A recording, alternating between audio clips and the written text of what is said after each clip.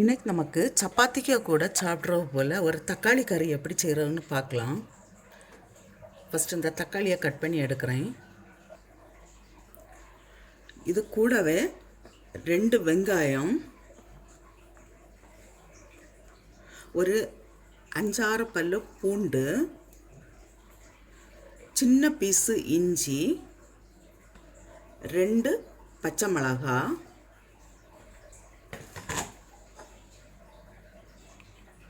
ஒரு 1/4 ஸ்பூன் மஞ்சள் தூள்,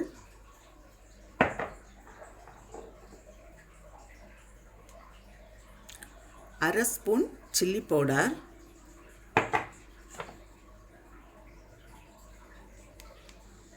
அரை ஸ்பூன் தனியா பவுடர். இதுக்கு இப்போ தேவையான அளவு சால்ட்டு, கொஞ்சமாக தண்ணி விட்டு இதை இப்போ ஒரு 10 நிமிஷம் வேக வச்சு எடுக்கலாம். கொஞ்சம் கருவேப்பிலை.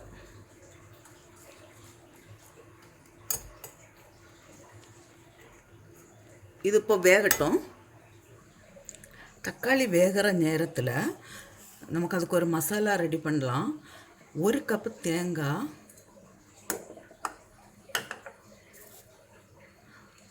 அரை ஸ்பூன் ஜீரகம், கொஞ்சமாக தண்ணி விட்டு நான் இதை இப்போ அரைச்சி எடுத்துகிட்டு வரேன்.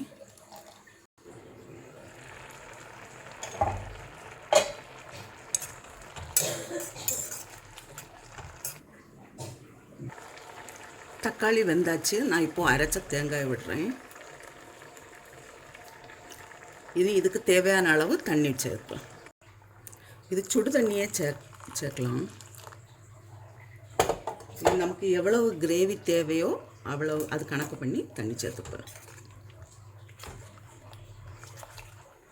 இந்த கறிக்கு இப்போ ஒரு தாளிப்பு கொடுக்கலாம்.